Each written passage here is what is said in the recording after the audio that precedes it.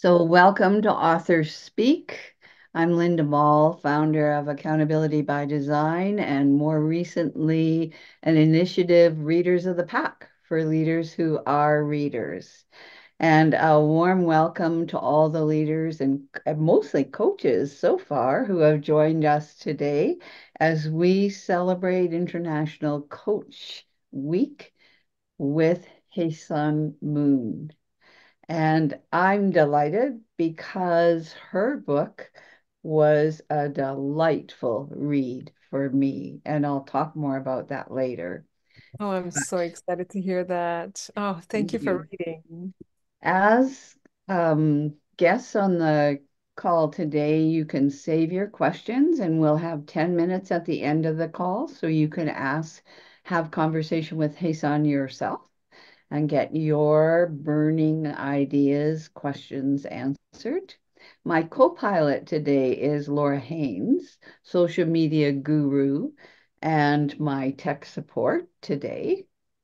And Hasan's bio will be available in a PDF form, the full bio, after the program. We'll send it all out to you. So today I'm just going to do a shortened version of it so we can actually use our time in Yes, conversation with please. Hasan.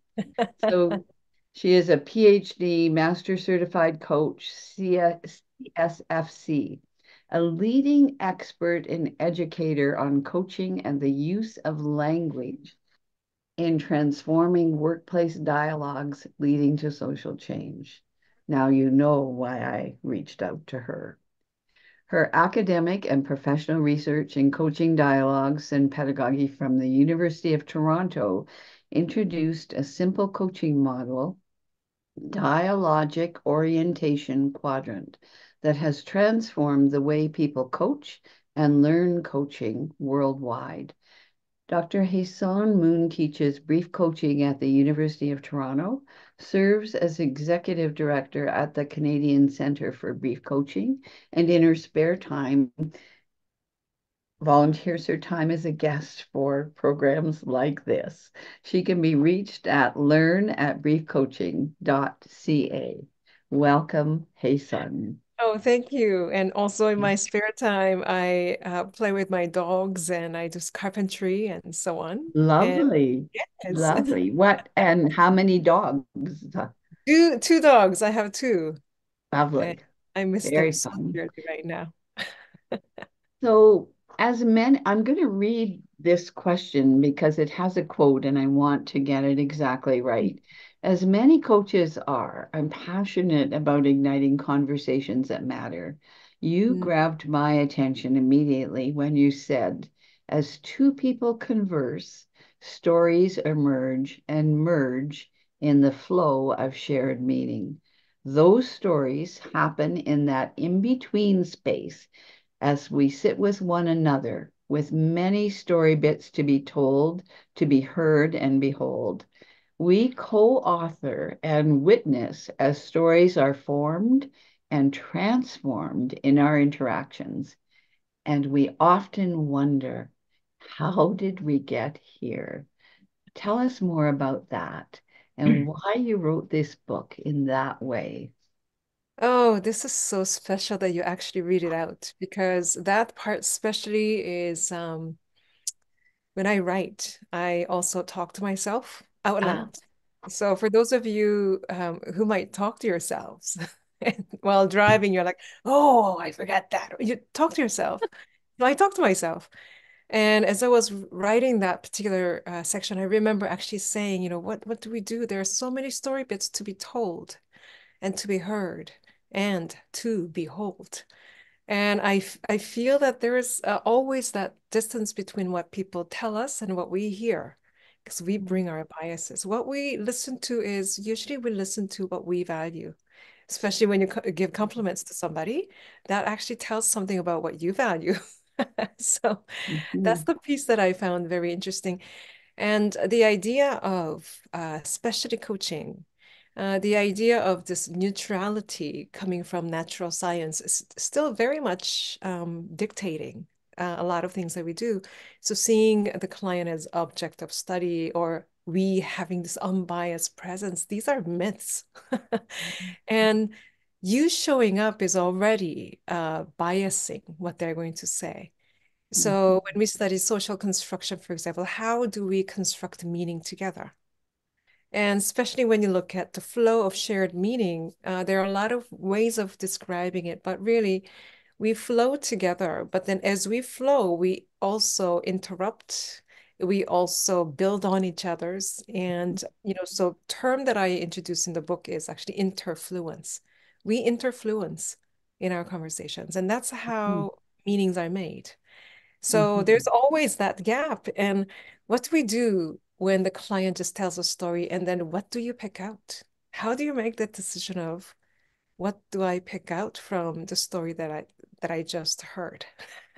So I think that's why I wrote the book as a story. And Ah, it's and when people hear it's coaching A to Z, people are like, oh, like A to Z isn't everything about it. That would be boring. But it's actually constructed as a lexicographic way, A to Z, with each word for each alphabet. mhm, And it tells a story because I think that's how we learn through stories. mhm. So I thought I'll just tell a story. I love this story, and it is so well articulated as well. And I think it applies to all relationships, not just coaching relationships. Mhm. When you said, we hear what we hear, not necessarily what someone said, I think of many conversations with my husband where he's Right. saying this and I'm saying this, right?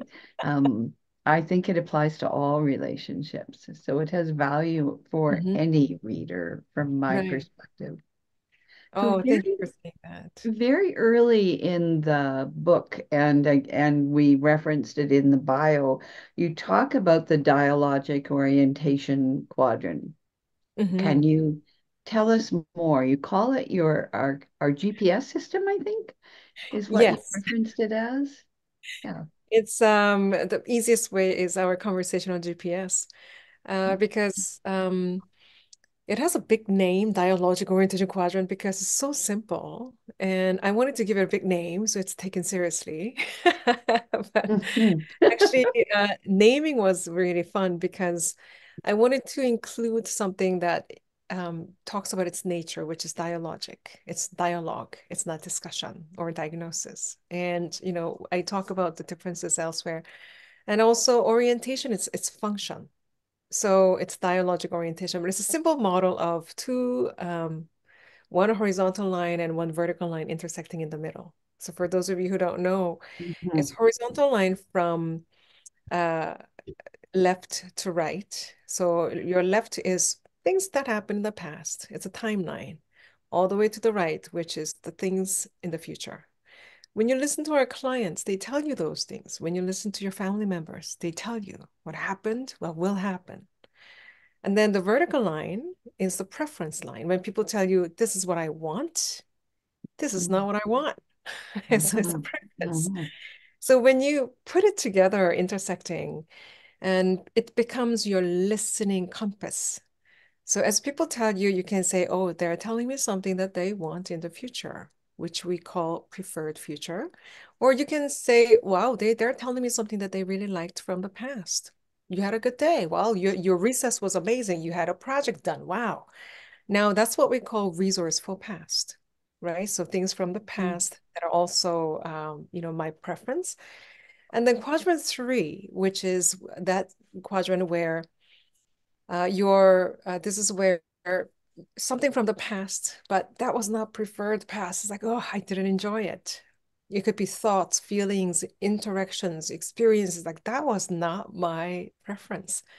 And that we call it troubled past.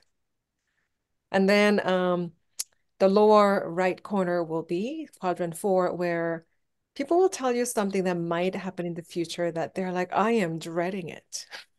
So it could be even getting promotions or, I don't know, getting married, but not everything about that event is preferred future. Getting promoted now, add to the commute one more hour. That's the dread. So we call that dreaded future. So Mhm. this is why it's a navigation. So you know where you are when client tells you a story. You can actually orient yourself. Not only you can orient yourself, but you can actually help your client to curate their stories accordingly. Because when I show this quadrant to my client and I say, so where would you like to spend some time actually talking about? Not that many clients say, I want to talk about my troubled past and dreaded future. I want to talk about my hopeful future, is usually what they say. And it makes it much easier to curate Mhm. their preferred stories of purpose, possibilities, and progress. And that's how I actually define coaching. I love the possibility piece of Mhm. all of that. And I think if we focus there, our Mhm. clients grow faster Uh, forward, right? they do, Yeah. yes. And just ordinary words. I think that was one Absolutely. that just sits with me all the time. These are ordinary words that we Mhm. need to be thinking about and holding. And these are really ordinary. Like, take, for example, letter C. How many times do you actually say this word care in a day? Mhm. Or letter D, difference. How many times do you say in a day? Yeah, Right? yeah. And it's so ordinary that people just miss it. Like one of Mm, my favorite is E, which is not even a word. It's actually half a word usually. People usually say something else or uh, what else. So it's else is the E word, and even mhm. that can shift the conversation. Yeah, yeah. Right? Yeah, absolutely. It Yes. disrupts our thinking. The simplicity of it disrupts our thinking. Yeah, Mhm. I think Yeah. that's the benefit of it. Or would you be okay if we shared the quadrant with others in a Absolutely PDF do. after? We haven't Yes, put that please. in, but we can, Laura. I think that would help. I found it very meaningful for me when I Mhm. was on your website. Oh, that's awesome. Thank Yeah. you. Yeah. So, how would you describe coaching to someone who has not experienced it in your ordinary words? And why Hmm. does it work? Uh,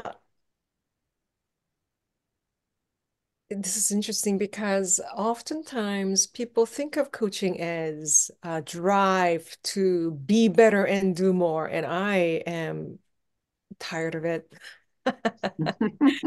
I really hope that we are not using coaching as be better and do more, but how do we actually do that? And actually, the letter E almost became enough Ah, because it's like, but actually, I included as a G, good enough, right? mhm, mhm, So, coaching is not about be better, do more, but I often think of it as, well, even the most content person will have something that they want, a small difference that they would like to see. mhm, Not small difference that they would like to make. I mean, my very good friend and colleague Anton Sellerman from Belgium, actually, he says it's almost like, a parody of what Gandhi says. You need to see the change that you want to be in the world. mhm, How do we mhm, notice the change that's already happening? Because whatever you pay attention to will grow. So, for example, if somebody doesn't know coaching and they ask me what it is, which happened to me, because my mom will ask, my nephews will ask, what do you actually do? And I have to tell them, well, mhm. is there something small that you want to see something different? Or something that, positive difference that you would like to see, maybe in you, in other people, in your relationship, in the world. And they say, yes. And then simply we are going to, it's almost like, mm, we want to create that experience where they are already living that preferred future. So I sometimes tell people it's almost like we are creating the memory of tomorrow for you. Mm. Ho, ho. And that's what we do because by having this conversation, because I will ask you, Sheila and Donna, Kara, and Linda, all of you will have some sort of and I see also, hey, there's Dawn too, and Laura. And if I ask you this question, something small that you would like to see, that's different. And, like that's positive. What would that be? You will Mhm. all have something small. Maybe you have a habit. Maybe you have this way of relating to your family members, something small. And then I might just ask you, so suppose somehow things are a little bit better than how it has been. What would you notice that's different? What difference would that make? Why is it important to you? And I just keep following your words and your logic in our dialogic way. Mhm. Then as we do that, then you actually get really creative about, yeah, if I do that, that will do this in our relationship. What difference would that make for your relationship with them? So if I do that for just a few minutes, you will have pretty good idea of what that might look like. And Mhm. then after that, I will say, so when was the last time you saw something like that already happening? Even in a little bit. You'll be like, wait a second, actually last week. And you will start to realize that you are Mhm. much closer to what you want than you thought. Mhm. And that kind of magic that we do with coaching is not do more, be better. It's actually people feel like they're much closer to where they want to be as a result of having this conversation, getting Mhm. deeper and closer to what's important to them. Isn't the world be much better if we converse that way? And I hear it as an awareness of our heart rather than here, right? It's about Yes. being authentic for who we are Hmm. and living that every moment in some way. Oh, it's amazing you say that, Linda, because often the shortcut to what people really care about is through their complaints. Mm-hmm. People complain and we hear as complaints because we Mhm. see them as complainers. Yeah. What if we see them as they're telling us something that they care about, and what they care about is offended and violated, and they're telling us what they care about. Now Mm-hmm. that we have a completely different listening stance. Mm-hmm. And Mm-hmm. really try this with your family, especially the one that you think, oh, the complainer, and sit there and then with one question in mind, what do they care about? And after you complain, you simply chime in by saying, so this is important for you. Wow, so you care about this. Even young children, it works really well because now they feel heard and they no longer need to complain. Mhm. I tried it on my 14-year-old grandson, And and it was amazing. It was simply amazing. Yeah, just simply oh, amazing. I love it. Took me This to a great place. experiments with the Yeah, children without consent because yeah, they're my family. exactly. Exactly. So, in your work, you take a solutions focused coaching approach. That's the Yeah. term that you use. And I think I heard it just now. Can you tell us more about that, or do you feel like you've already answered that question? Solution focused brief coaching it comes from brief therapy, solution focused brief therapy, which was sort of founded by Insu Kimberg and Steve DeShazer, among other founders, actually. And I love how it came about. I don't like the name of it, but I love how it came about because Stephen and Insu, they were following this tradition of long time ago, this whole therapy of focusing on the problem and naming the problem and problem solving and all those things. And then they're the ones who were a little bit different. They were listening differently. So they're not listening for the problems, but they're listening for the exception to the problems. Mhm. So, oh, we argue all the time. All the time? Well, I guess we don't argue when you sleep. How do you manage to do that? It's an exception to a problem. Or they really follow the client's words because their words contain their logic of how they do their life. They really understood that clients come and see us and they're going to leave and they're going to live their life, and we are not in their life. So why are we even adding stuff to it if we're not even listening to what they're telling us? So I think they are, Insu and Steve, they are the very first people who listen to the clients. And an example is the client felt very stuck and answered one of the questions saying, "Oh, yeah, it's not possible unless a miracle happens." And of course, Insu was listening to what the client wants, and Insu says, "Okay, suppose miracle happened. What will be different?" And then all of a sudden, the stuck client is like, "Well, then this will be different. My kids will be doing the homework. They will be at the breakfast table." Examples after examples, and Insu realized, oh, the client knows what they want, but they were not really asked that way. So anyway, this practice comes from their observations and following the clients and their practice of listening and upholding. So that's what I actually practice as a modality. I don't like the name, but this name came about actually as a counter to what was popular at the time. What was popular at the time was problem-focused Yeah. brief therapy. That's why they wanted to counter that by saying solution focused. But now it's very misleading because people say, so you give solutions. I'm like, no, that's the farthest from what we do. But it's really learning from our clients about how to do our practice better. When people ask you, where did you learn to coach? You probably name your school, don't you? But really, our answer should be, we learned this from our clients, how to do this better. Mhm. So We do every yeah, day, yeah, that's what it is. every day. Yeah.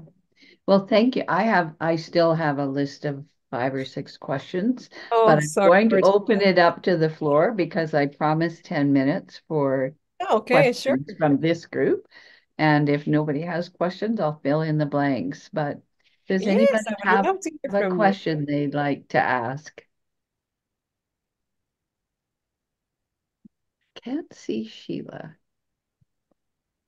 I'm going to change. No questions? Donna, you're unmuted. Oh, Yeah, do you want oh, to? Donna. Oh, Yay. okay. Sure.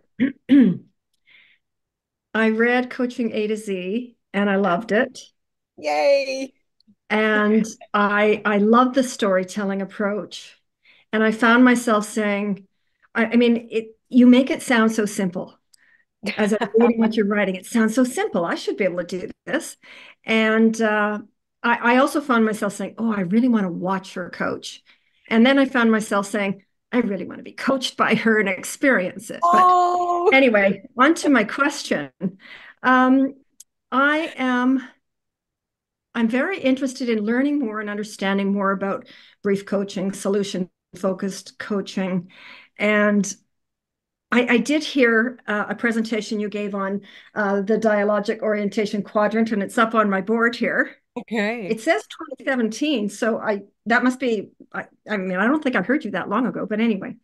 Um, I feel like I'm trying to understand better and sort of make connections. And I feel like there's a tension between brief coaching, solution focused coaching, and other things I've learned, such as related to embodied coaching and Right. getting people to go deep. We in my coach training, they talked a lot about getting below the waterline, and yet, some of what I read about this approach is don't focus on the problem. We want to help them look to the future, which I don't disagree with. But I feel like there's a tension in there somewhere. I'm curious what your thoughts are about that.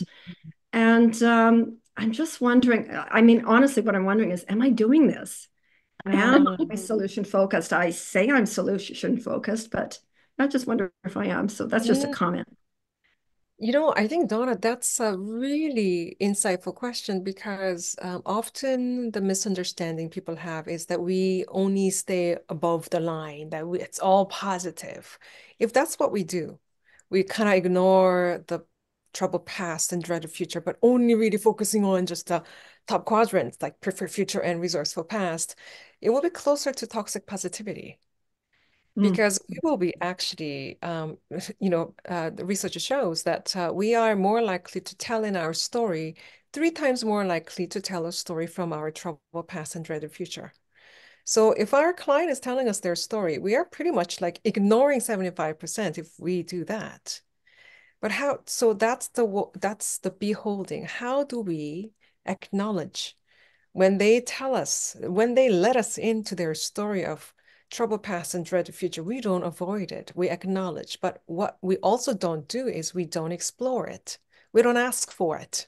Mhm. That's actually, um, I think some questions are quite violent, that it's intrusive. And sure, it could be useful, but then the question is it necessary? There is the gap between all our interventions we do. Is it useful? Sure. Yeah, I would love to talk about my childhood trauma. Is it necessary for you to talk about it, for you to actually move on? Or uh, it's not necessary. And that is the difference. Is it useful? Sure. Is it necessary? Not really. But then what happens is, and Dialogic Orientation Quadrant actually is a meta model. That means it's not a specific coaching model. It's a model that you can study all other coaching or therapy or other conversation models, because you can just navigate Mhm. the I call it, people always make intentional and attentional choices when they are in conversation, and we can map it. So when you think about it, if you think, when you ask this question, am I doing it? First of all, what do you think you are doing? And number two is, if you use the quadrant to simply follow your own conversation, especially if it's recorded, it will show you if you are actually doing what you think you're doing. That's the Mhm. efficacy question, Mhm. right? So that's Mhm. really insightful that you're asking that, because we can really make it visible. Mhm. Yeah. Mhm.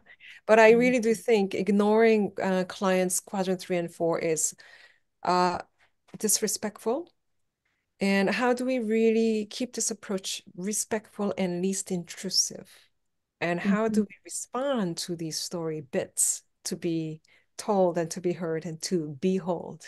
Mhm. Mhm. Yeah, thank you for that question. Thank you. Appreciate the answer. Yeah. Great Hey, other question, question. Rona. Are there other questions? We have time for one more quick one. No more? Then I'm going to jump in with what's the most exciting thing in your future today? Hey, son, what are you Oh, what's looking forward the to? thing in my future? It's so interesting. I am actually really looking forward to this conference that my friend Louisa Jewell and I were co-hosting in September. And it's called Human-Centered Work Oh, Summit. And I am really looking forward, especially living in this era of artificial intelligence. And I don't like calling it that, because I don't think it's actually intelligent. So this artificial sort of information system that we have running. And in the midst of that, how do we keep this human-centeredness in the ways that we work? So what I am really excited about is learning from people about what they do. And here's a quick question that I wanted to also ask all of you. And especially in a human-centered way, we do our work because there's something that we love about it. Work is an expression of our love. And I think is one of the Gibran's quote is, work is love made visible. Now then, for me, I'm thinking, suppose your passion and skills or love, they actually had a team meeting about you, and they said, you know what, we gotta do something different about their calendar and their bank. And we gotta do something so that we can manage their energy better. We gotta manage their resources better. What do you think they will do if they were to organize your calendar and your bank account? What do you think they will do if your passion, skills, and especially love, they had a team meeting about you?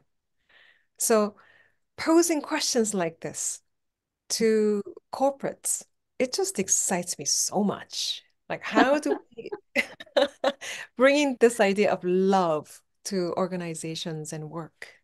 So that's what long excites overdue. me.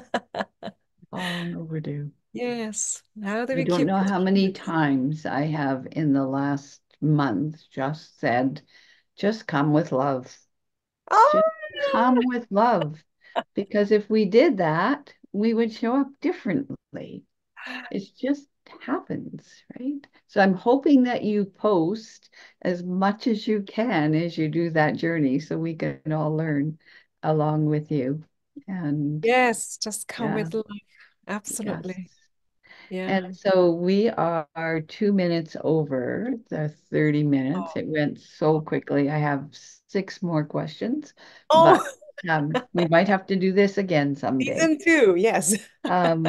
So for those of you who have not read the book, I invite you to get it, to pour yourself a hot beverage, find your favorite chair, and curl up and just get lost in it because it will really disrupt your thinking around the words we choose to use in our conversations. And we will be sending out the recording to you today to review, and we'll send it to you as well, Haesun, to use however you want to. And we thank you from the bottom of our hearts and with much love Mhm. for the time you gave us today and the wisdom you shared with us. So thank you very much, everybody, for being on the call, for that very insightful question, Donna, that you Mhm. posed, and to everybody for being so intent on hearing what Hazen has to offer us. Oh, Thank thank you. you. Thank you so Thank much. Enjoy the you. week. Lovely to meet you. You too. Take care. Bye bye. Bye.